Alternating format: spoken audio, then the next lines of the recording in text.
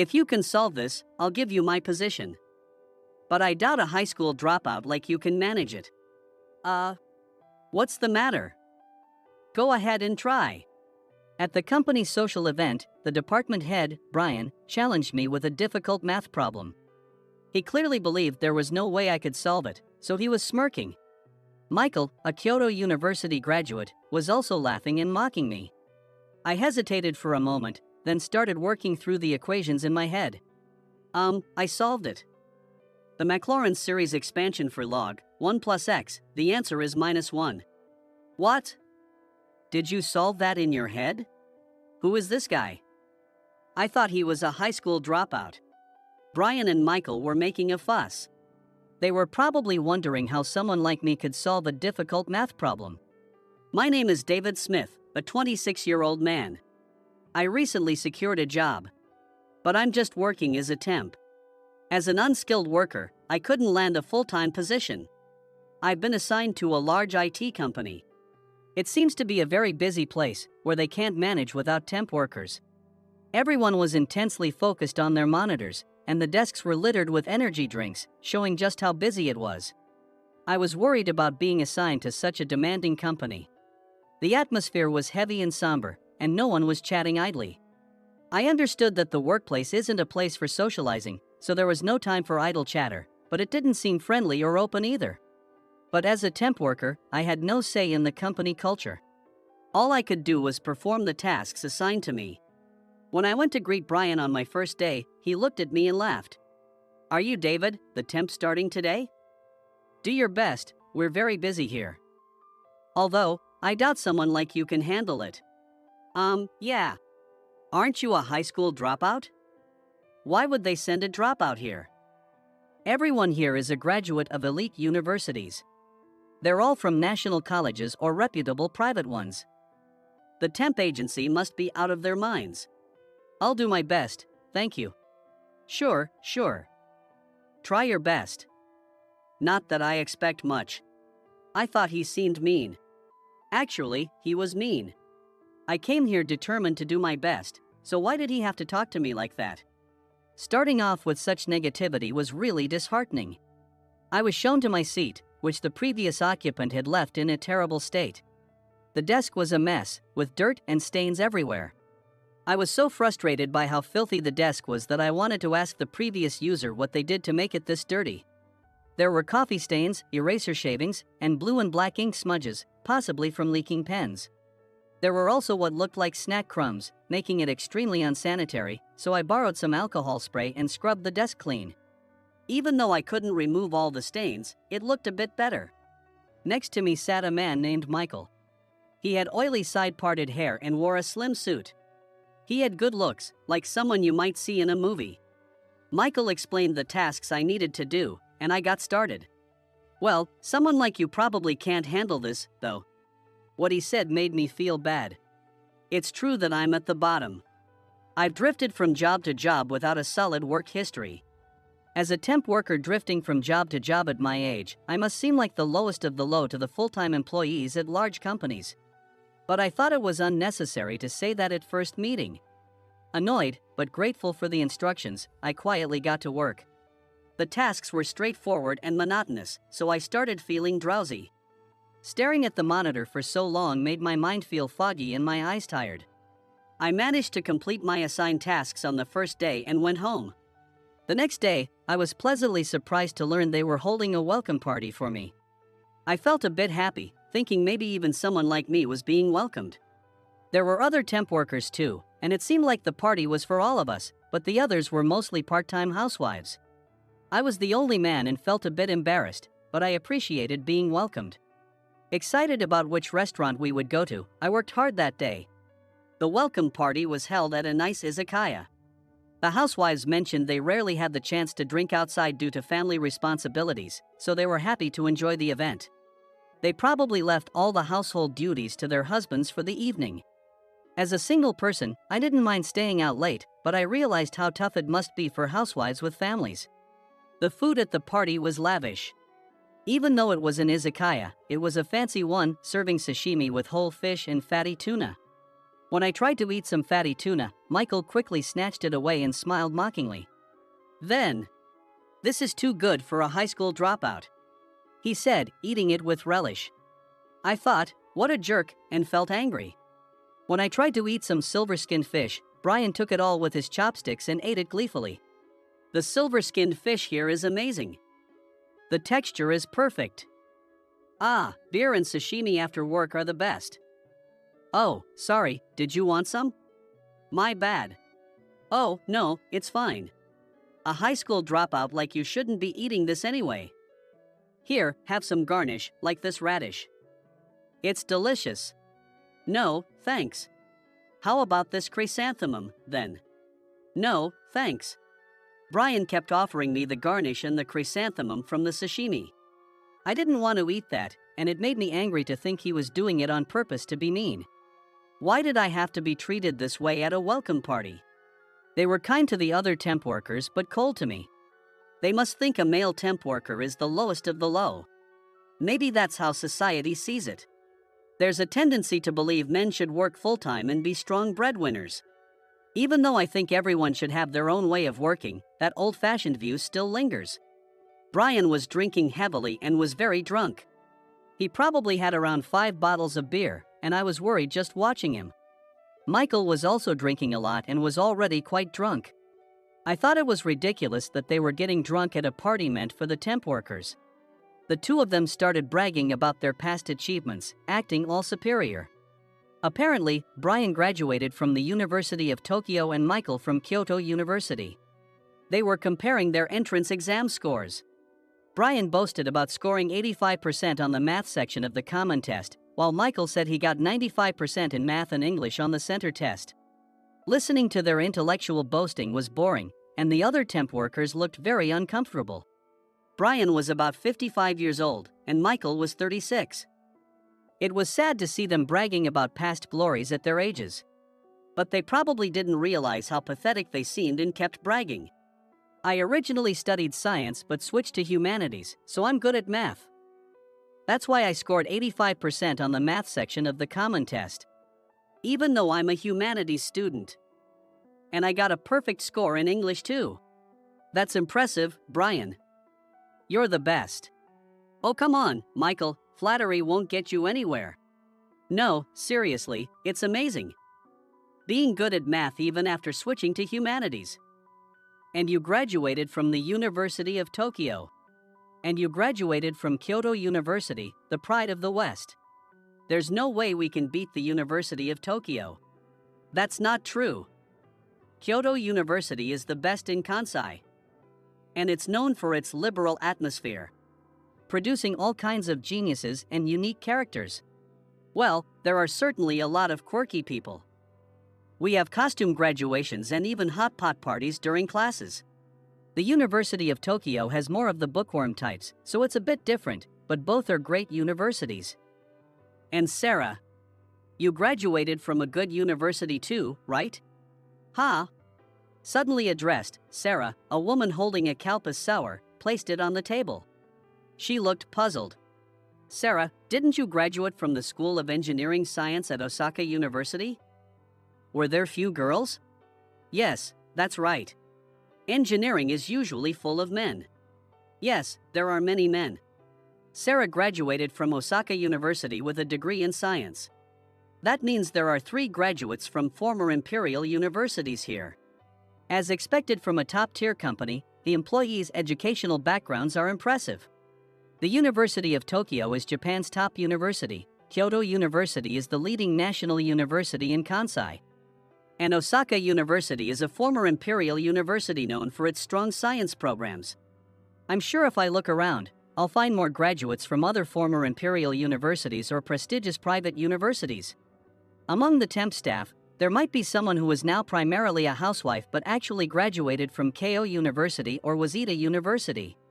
I had heard rumors that we had to be smart to be sent to this company, so I assumed that was the case. Then Brian looked at me and started saying something mean with a grin. Hey David, are you good at math? I think I'm okay. He says he's okay. A high school dropout who says he's good at math. Being good at math means graduating from an engineering department. A high school dropout's idea of being good at math is probably solving quadratic equations.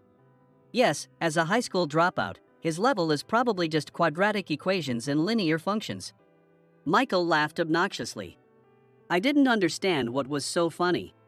I was just answering seriously, not joking around.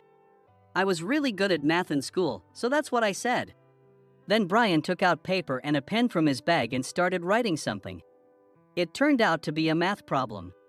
Can you solve this? It's a tough one. If you solve it, I'll give you my position, you high school dropout. Ah, there's no way he can solve that. Brian, that's too mean. Come on, Michael. He'll never solve it anyway. I quickly responded. No, this is not difficult. What? Are you kidding? This is a really tough problem. No, I'll solve it right now. Just give me a few seconds. Is this guy serious? You're nuts. You can't solve it in your head. What are you talking about? I solved it. The Maclaurin series expansion for log 1 plus x, the answer is -1. What? Did you solve that in your head? Who is this guy? I thought he was a high school dropout. He really solved it in his head. And the answer is correct? What the hell? This doesn't make any sense. Brian and Michael looked at me in shock. I felt a bit proud and almost started humming. Wow. David, you really are good at math. Solving such a tough problem in seconds, you're a genius. Who are you really? Tell us. The beautiful Sarah approached me, eager to know my true identity. I decided to reveal it. Well, I'm actually the engineer who founded Megacorp in the US. What? Megacorp, the famous SNS company? Yes, that's right. Megacorp, the company behind Instant and Faceline. What? Are you saying this guy is the founder of that famous Megacorp? I don't believe it. Whether you believe it or not is up to you, but I really am the founder of Megacorporation. Though, I left the company for various reasons. So, did you graduate from a famous university and hide it to work here as a temp? No, I dropped out of high school, the American equivalent. I stopped attending middle school and couldn't go back. So you lived in the US? Yes, I was born and raised in the US. No way. He's a returnee student. Yes, I was a returnee student. Although I was born and raised in America and I didn't really feel like Japan was my home country, technically, I was a returnee. My parents ran a business in the US, so I was born in New York. I had friends until elementary school, but when I entered high school, I was bullied by the jocks. Jocks are the popular, outgoing types at the top of the social hierarchy. Mostly, they were on the rugby team and were big and strong. Being small and skinny, I became a target for the jocks, who would hide my things and verbally abuse me in the locker room. After such experiences, I started hating school. There was nothing enjoyable about going to school, so I began skipping classes. My parents were worried but didn't force me to go to school, they just watched over me. By 8th grade, I had completely stopped attending school and stayed home. My main companion at that time was the computer my parents bought me out of concern. I learned programming by trial and error and made my own games. I also thought it would be fun to create a website where people could vote on who was the most handsome or beautiful. The jocks who bullied me weren't particularly good looking. I thought it would be interesting to see their reactions if they ranked lowest, so I created and published the site. At first, I thought it would be nice if even a few people were interested, but the site became unexpectedly popular. And soon everyone at my school was using it. That site became Faceline, a SNS. Initially, it was just for comparing faces at my school, but other schools also wanted to join, so I made it public. Gradually, Faceline gained popularity, and many people started using it. Now, it's used worldwide, but it started as something I made for fun. I also created Instant, a photo-sharing SNS. I liked photography, influenced by my father, who often used a camera. During a visit to Japan, I saw women joyfully taking photos of food with their phones. At first, I wondered why they were photographing food, but I realized Japanese food is cute. The presentation and decoration are elaborate, unlike the large servings of desserts in America. I thought a photo sharing SNS might become popular in Japan, so I created Instant. As expected, it became popular in Japan. Initially, American celebrities used it to share snippets of their lives, inspiring Japanese women to post their own glamorous lifestyles. They shared pictures of their parties, beach outings, and stays at luxury hotels. There were plenty of delicious-looking food and drinks in these photos. It seemed everyone loved photographing food. This became popular when I was 16. By then, I had already dropped out of school, which is the equivalent of a high school dropout in Japan. At 16, I had my own company and could live comfortably. In America, high school dropouts often have to live in poverty. But I was lucky enough to have a knack for business, so I avoided that fate. My parents were initially worried, but seeing my business succeed reassured them. As a result of my success in business, I received offers from Harvard and Stanford to join them as a professor. They wanted me to teach programming in the engineering department and business strategies in the economics department. But I wasn't comfortable speaking in front of people, and those jocks had gotten into those universities through recommendations. So I declined the offers. One day, when everything was going smoothly, my father suddenly passed away in an accident. He was hit by a drunk driver on his way home from work. My mother and I were devastated and had to discuss what to do next. Without my father, the business he ran was over. There were tasks only he could handle, so we decided to close the business. I felt numb and couldn't manage Megacorp anymore, so I handed it over to someone else. Looking back, I think I didn't need to give up the company. Running a SNS company can be done from anywhere. My mother and I decided to return to Japan, but I could have continued the company even after returning to Japan. After all, I had been working from home even when I was in the US. When I returned to Japan at 18, I was met with harsh reality. In Japan, the new graduate card is powerful, and deviating from the path is not acceptable. Dropouts, job hoppers, those who took gap years or repeated years, all faced harsh judgment. Unlike the US, where you can succeed with your skills alone, I felt stifling with its need for conformity in Japan. Having handed over Megacorp, I registered with a temp agency to work in Japan. The temp agency staff looked at my resume and half-laughingly asked if I was really the founder of Megacorporation.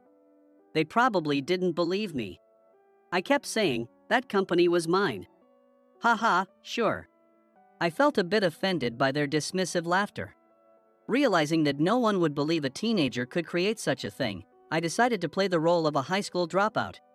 There was no point in bragging about my impressive background, so I decided to do my best as an underdog. So, I have been playing the role of a high school dropout. I did drop out, but I have plenty of assets. By the way, Brian, you studied science before switching to law at the University of Tokyo, right? That's why you're good at science and working in this IT company? Yeah, that's right.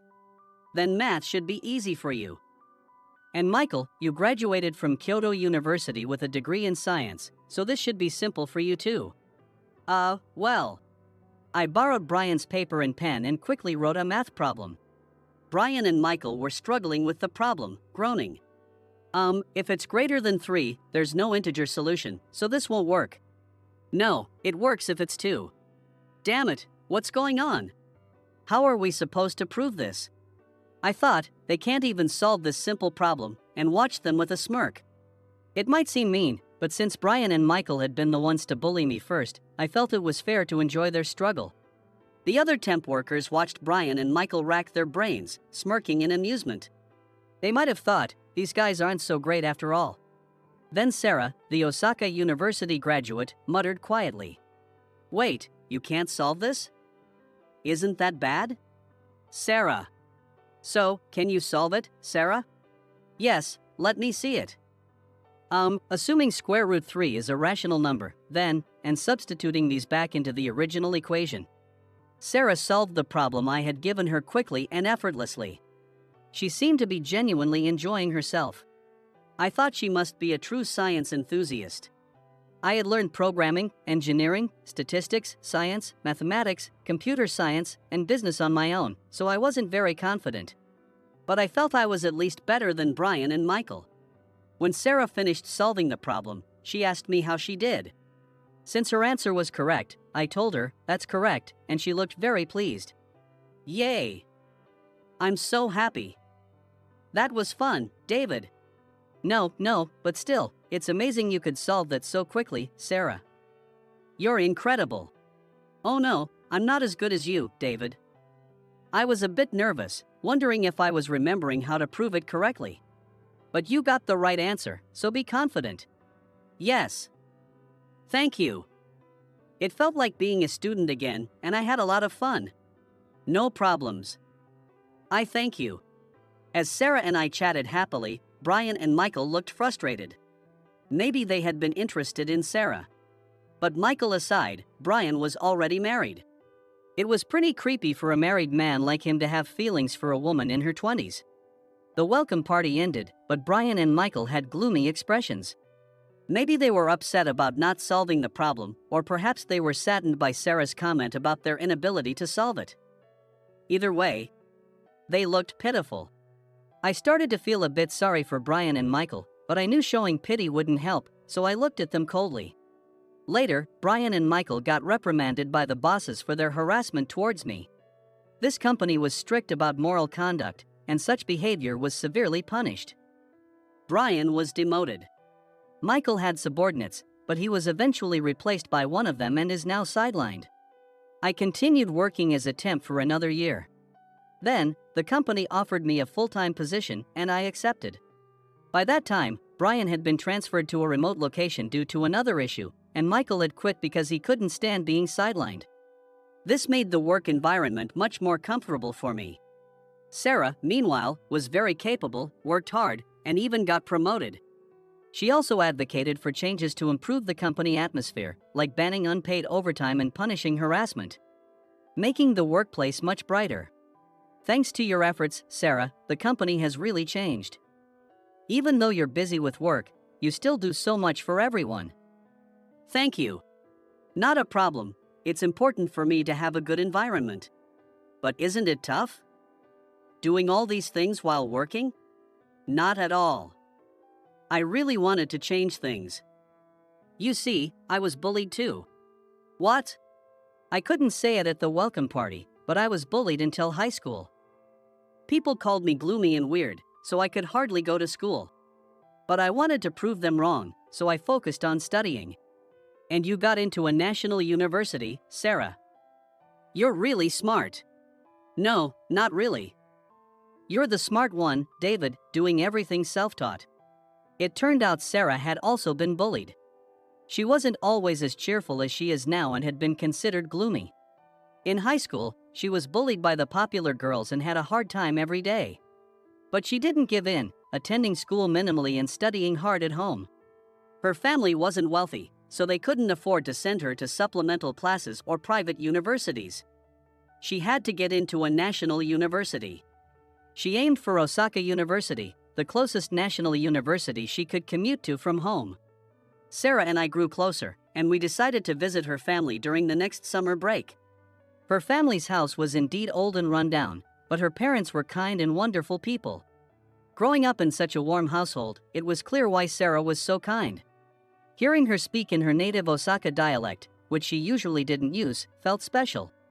It was like seeing a side of her only I knew. We started dating and, a year later, we got married.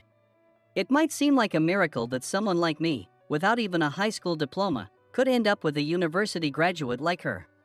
Even after our marriage, she continued to work hard, earning as much as any man. I didn't want her to overwork herself and once told her, if it gets too tough, you can quit your job. I'll take care of us. But she never considered quitting. However, a year after our marriage, one morning, she looked unwell. I thought she might be overworking herself. Thanks to her efforts, there was no overtime, but the workload had increased. Finishing everything within working hours became crucial, making the job more intense.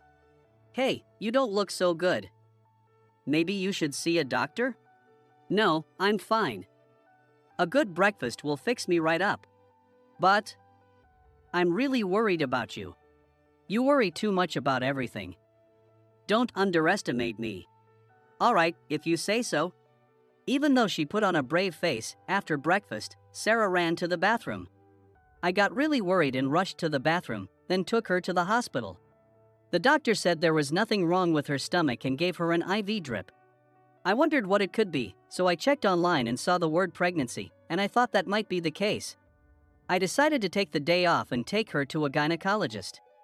That's when we found out she was pregnant. She was already 3 months pregnant, and the baby seemed to be growing well. I was overjoyed at the thought of becoming a dad. "We're going to have a new member to the family," Sarah said with happy tears in her eyes. She worked up until the very end of her pregnancy and then gave birth to our child. Once she entered the stable phase of her pregnancy, her health improved, allowing her to work. Her recovery after childbirth was smooth, and she quickly regained her strength. It was probably because she was still in her 20s. In my teenage years, I never imagined I'd find such happiness. Back when I was struggling at school, I felt hopeless, thinking nothing good would ever come. After my father's accident and our move to Japan, I was filled with the sadness of never being able to return to America. In Japan, I decided to live as an underdog and took jobs considered lowly. I worked as a traffic controller and a restroom cleaner. But these jobs, while often looked down upon, are essential for a comfortable life. When I worked these jobs, I'd go into convenience stores and hear high school girls saying I smelled or was dirty. But without people doing traffic control or cleaning, everyone would be in trouble. They only wanted clean jobs, but it's the so-called lowly jobs that allow everyone to live well.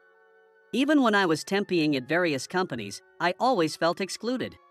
I was often told, "You can't do this because you're just a temp," or that temps were incompetent, which hurt. I used to think that if only I had a degree, I wouldn't be in this situation, but it was too late for that. The past can't be changed, so I had to live with my reality. But how about now? I'm surrounded by family and incredibly happy. I've never felt more blessed in my life. Sure, there were tough times, but the joy of living outweighs them. It's important to never give up, no matter how hard life gets. Things will work out. I plan to keep working hard at this company, and I want to make sure that if someone without a degree joins, they won't be discriminated against. I know how it feels to be treated that way, and I don't want to do it to others. I'm looking forward to seeing who comes in for interviews, as I've been appointed an interviewer. I plan to focus on their true potential,